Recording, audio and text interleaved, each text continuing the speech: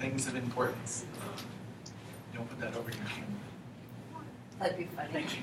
Because you recorded it. Oh, it's No. black. Great job. It has happened. I'm not Not to me, surprised. but it has happened. All right, y'all ready? Okay, everybody green? Yeah. If you're not green, lift your hand. All right, here we go.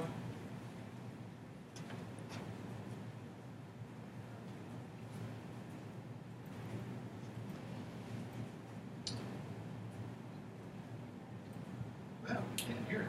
Just all of us that we're not going yet because it just doesn't want to, the volume doesn't want to like unmute.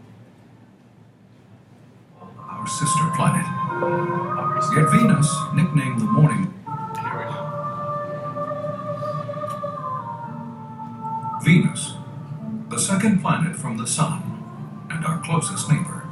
Named for the Roman goddess of love, it is similar in size, gravity, even composition to the Earth, and is often called our sister planet. Yet Venus, nicknamed the morning star, may be the most inhospitable planet in our entire solar system. Welcome to Space School.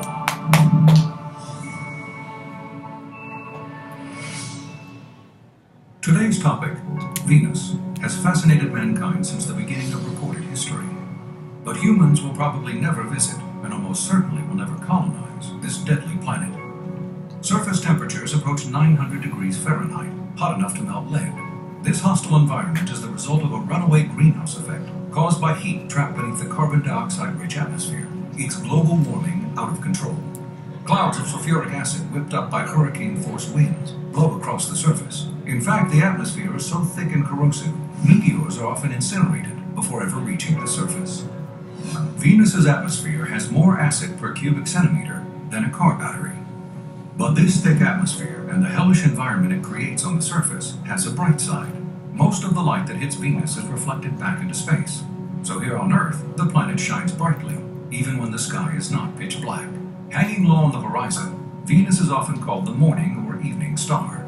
Amazingly, this planet may not have always been such a forbidding world. Astronomers theorize that when Venus was young, it may have been more similar to Earth and awash with liquid water. But being closer to the sun, the higher temperatures cause that water to evaporate and dissipate high into the atmosphere. Reaching the edge of space, the H2O's hydrogen and oxygen separated, and the water on Venus was lost forever, leaving behind a brutal desert-like landscape, windblown, bone-dry, scorching hot sand dunes.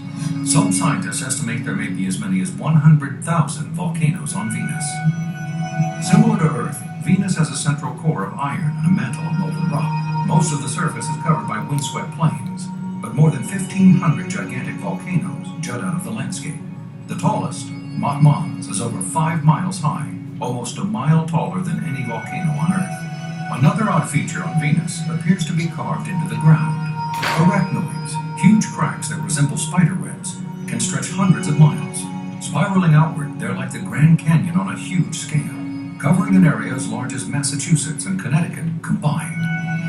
Venus and Mercury are the only planets in our solar system that don't have moons. Venus spins most slowly of all the planets. A single rotation, a single day on this blistering hot world, lasts 224 Earth days.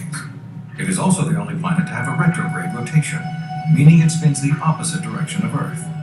Here, the sun rises in the west and sets in the east. Venus's rotation is so slow that a day lasts longer than a year. Little was known about Venus until the 20th century. Its thick atmosphere made it all but impossible to study. But today, using radar, ultraviolet imaging, and infrared photography, astronomers have been able to glimpse what lurks beneath the planet's dense cloud cover. And scientists have done more than just observe Venus, the goddess of love, from afar. They've landed a spacecraft on the surface.